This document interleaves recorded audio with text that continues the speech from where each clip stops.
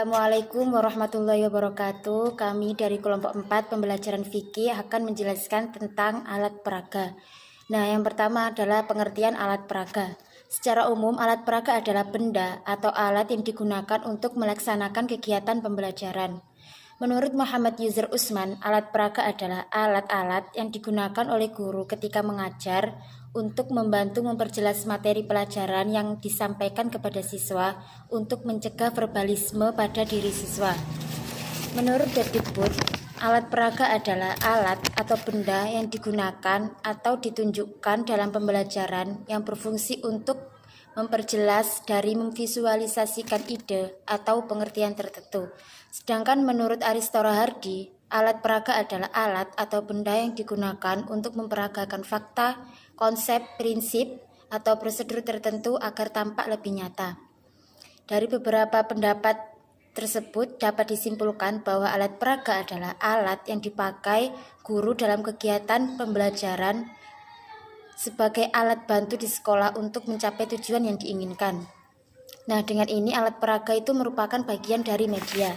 Sedangkan untuk manfaat dari alat peraga itu sendiri adalah untuk memudahkan guru dan siswa dalam mempelajari dan memahami materi pelajaran yang akan diajarkan. Untuk materi yang kedua, yaitu jenis-jenis alat peraga. Untuk membantu proses pelaksanaan pembelajaran di kelas, alat peraga juga dapat menunjang keberhasilan pembelajaran.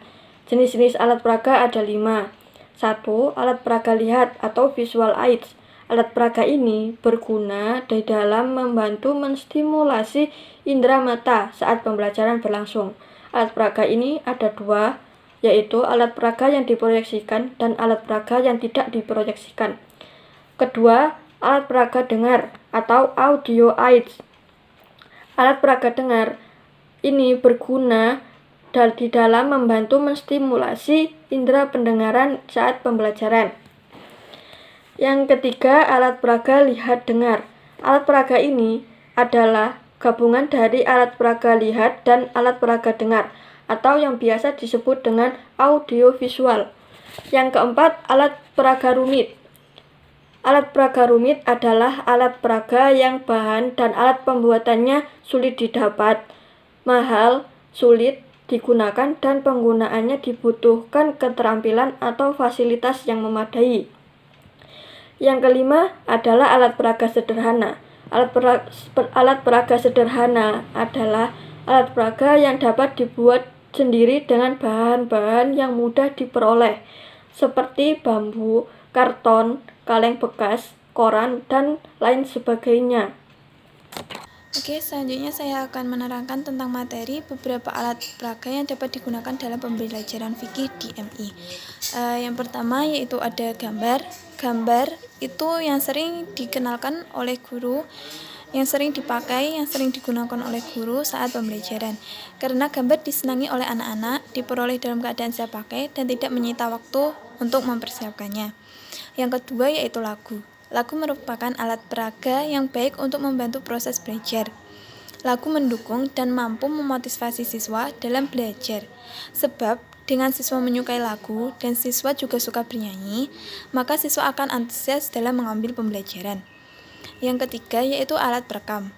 Alat perekam merupakan alat peraga yang berfungsi sebagai alat peraga yang hanya mengandalkan kemampuan suara saja. Nah, di alat perekam ini sebenarnya tidak bagus untuk anak yang berkebutuhan khusus atau kurang dalam pendengarannya. Akan tetapi, alat peraga ini cukup efektif untuk menyampaikan materi yang berkaitan dengan suara. Yang selanjutnya, kaset video. Kaset video merupakan alat peraga audiovisual yang dimana terdapat suara dan gambar. Penggunaan alat peraga ini sangat efektif untuk membantu memberikan pengetahuan yang lebih kepada siswa. Yang kelima atau yang terakhir yaitu benda asli. Benda asli yang dimaksud adalah alat peraga yang kita gunakan memang merupakan benda yang digunakan dalam aplikasi sehari-hari. Benda tersebut nyata dan benda tersebut dapat dipahami siswa karena sudah ada di kehidupan siswa sehari-hari. Materi selanjutnya yaitu cara memilih alat peraga. Dalam memilih atau membuat alat peraga, untuk memperoleh hasil yang baik kita harus mempertimbangkan beberapa persyaratan dan kriteria dari alat peraga tersebut. Syarat-syarat tersebut meliputi yang pertama, tahan lama, terbuat dari bahan yang kuat seperti kayu maupun kardus. Yang kedua, bentuk dan warna yang menarik. Dengan bentuk dan warna yang menarik, peserta didik agar tidak jenuh dan lebih semangat dalam mengikuti pembelajaran. Yang ketiga yaitu sederhana dan mudah dikelola atau tidak rumit dalam pembuatannya. Yang keempat yaitu ukuran sesuai dengan fisik anak. Yang kelima yaitu sesuai dengan konsep atau materi pembelajaran yang telah ditentukan. Yang keenam yaitu dapat memperjelas konsep atau materi pembelajaran tersebut. Dengan adanya alat peraga dapat membantu pemahaman siswa, tidak malah mempersulit pemahaman siswa. Yang ketujuh yaitu peragaan itu supaya menjadi dasar tumbuhnya konsep berpikir yang abstrak bagi siswa. Yang kedelapan, bila kita mengharap siswa belajar aktif baik individu maupun kelompok, alat peraga itu supaya bisa dimanipulasikan seperti dapat diraba, dipegang, dipindahkan maupun dimainkan. Yang terakhir yaitu bila mungkin alat peraga tersebut dapat berfaedah lipat atau jumlahnya banyak. Untuk materi selanjutnya mengenai kriteria memilih alat peraga, yang mana alat peraga di sini tidak selamanya menjadikan hasil belajar siswa itu lebih meningkat dan lebih menarik, akan tapi kadang itu malah menjadikan gagal dalam proses belajarnya. Oleh karena itu, kita sebagai guru itu harus lebih cermat lagi dalam pembuatan alat peraga. Yang pertama, guru tersebut harus mengetahui tujuan pembelajaran. Karena apa? Karena alat peraga di sini dapat digunakan untuk mencapai tujuan pembelajaran tersebut. Yang kedua, materi pelajaran. Kenapa kok materi pelajaran? Karena biasanya alat peraga di sini membantu guru dalam menyampaikan materi pelajaran tersebut saat di kelas. Lalu yang ketiga, strategi belajar mengajar.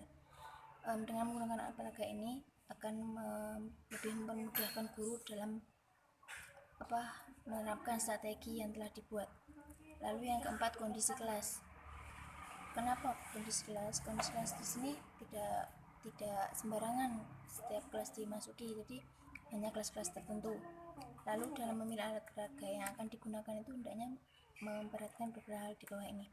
Yang pertama, kesesuaian alat pengajaran yang dipilih dengan materi pengajaran atau jenis kegiatan yang akan dilakukan oleh siswa baik individu maupun kelompok. Lalu yang kedua, kemudahan dalam memperoleh alatnya, juga cara merancangnya atau pembuatannya.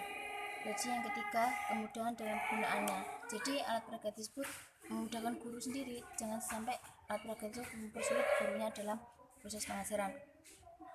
Lalu yang keempat, terjamin keamanan dalam penggunaannya.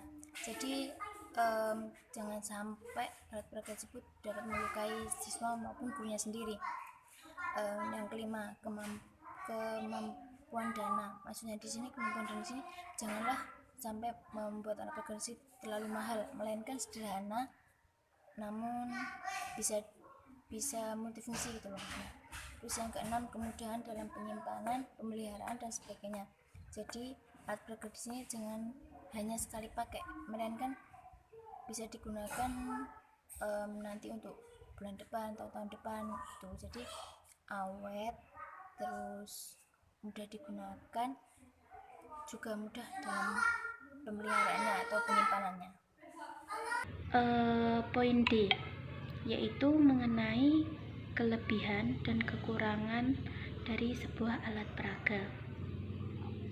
Nah, dalam alat peraga itu pasti terdapat kelebihan dan juga kekurangannya masing-masing. Tidak semua alat peraga itu memiliki kesempurnaan. Maksudnya dalam teknisnya, terus dalam bentuknya. Terus bagaimana kita mengaplikasikannya? Itu kan pasti ada kekurangan dan kelebihan masing-masing dari setiap alat peraga. Nah, di sini ada beberapa yang akan saya jelaskan mengenai kelebihan dan kekurangan alat peraga tersebut. Yang pertama yaitu mengenai kelebihan alat peraga. Di sini disebutkan ada 4 yaitu dari kelebihan alat peraga. Yang pertama yaitu menumbuhkan minat belajar siswa karena pelajaran akan menjadi lebih menarik. Ya itu tadi karena kita menggunakan alat peraga tersebut. Jadi dalam pembelajaran tidak hanya guru menjelaskan saja, namun guru juga bisa mempraktekkan apa yang dijelaskan tersebut melalui alat peraga. Nah, yang kedua yaitu memperjelas makna bahan pelajaran sehingga siswa lebih mudah memahaminya. Jadi yang nomor 2 ini menyambung dari kelebihan yang nomor 1 itu tadi. Jadi guru bisa memperjelas bahan pengajarannya melalui alat peraga tersebut. Yang ketiga yaitu metode mengajar akan lebih bervariasi sehingga siswa tidak akan mudah bosan. Yang keempat, membuat lebih aktif melakukan kegiatan belajar seperti mengamati, melakukan, dan mendemonstrasikan dan sebagainya. Nah, itu tadi kelebihan dari alat peraga. Mungkin masih banyak lagi ya kelebihan dari alat peraga, namun dari kelompok kami hanya menyebutkan kelebihan alat peraga yaitu 4 poin yang sudah saya sebutkan tadi. Lanjut ke kekurangan alat peraga. Di sini ada 3 poin yang akan saya sebutkan dari kekurangan alat peraga. Yang pertama yaitu mengajar dengan memakai alat peraga lebih banyak menuntut guru. Jadi menggunakan alat peraga itu ya dalam artian tidak hanya sekedar memakai, tapi menuntut guru untuk lebih aktif, maksudnya lebih inovatif lagi untuk mengaplikasikan dari alat peraga tersebut. Yang kedua yaitu banyak waktu yang diperlukan untuk mempersiapkan. Jadi dalam mengajar menggunakan alat peraga itu nanti banyak waktu yang harus dipersiapkan. Karena guru menjelaskan, lalu guru mempraktekannya melalui alat peraga tersebut. Jadi akan menyita lebih banyak waktu lagi. Beda lagi kalau guru menyampaikan dengan cara manual, hanya materi saja tanpa ada bukti langsung, maksudnya bukti nyata dari pengajaran yang telah guru sampaikan. Terus yang terakhir perlu kesediaan biaya.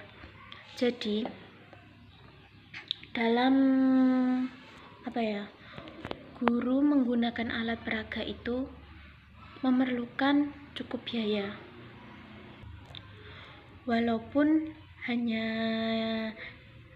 dari bahan-bahan sederhana, namun itu juga kan tetap memerlukan biaya untuk bisa membuat alat peraga tersebut.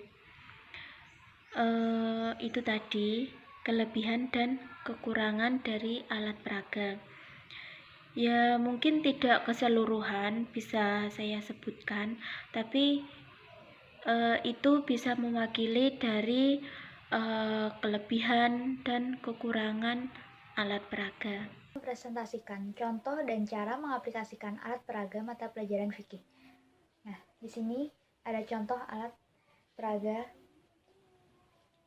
yang akan kami gunakan adalah macam gerak sholat. Materi yang akan kami paparkan pada alat peraga ini tentunya tentang materi gerakan sholat yang akan digunakan untuk kelas 2 pada Madrasah Ibtidaiyah.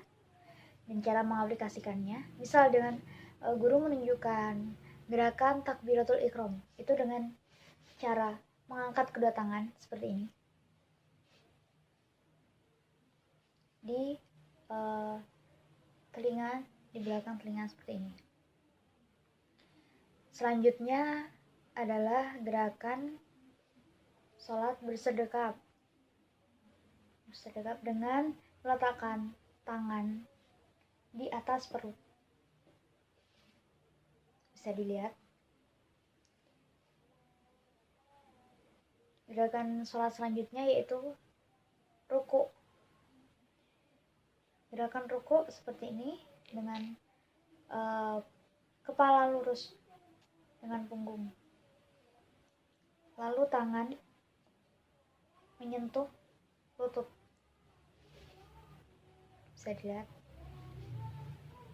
Lalu gerakan selanjutnya yaitu bangkit dari ruku. Berdiri tegak seperti ini, tangan bisa diletakkan lurus seperti ini. Gerakan sholat selanjutnya yaitu sujud. Gerakan sujud dengan menempelkan dahi di sajadah atau lantai seperti ini. Lalu tangan, maaf ya teman-teman, ini agak susah. Seperti inilah dari gerakan sujud. Ya, seperti ini.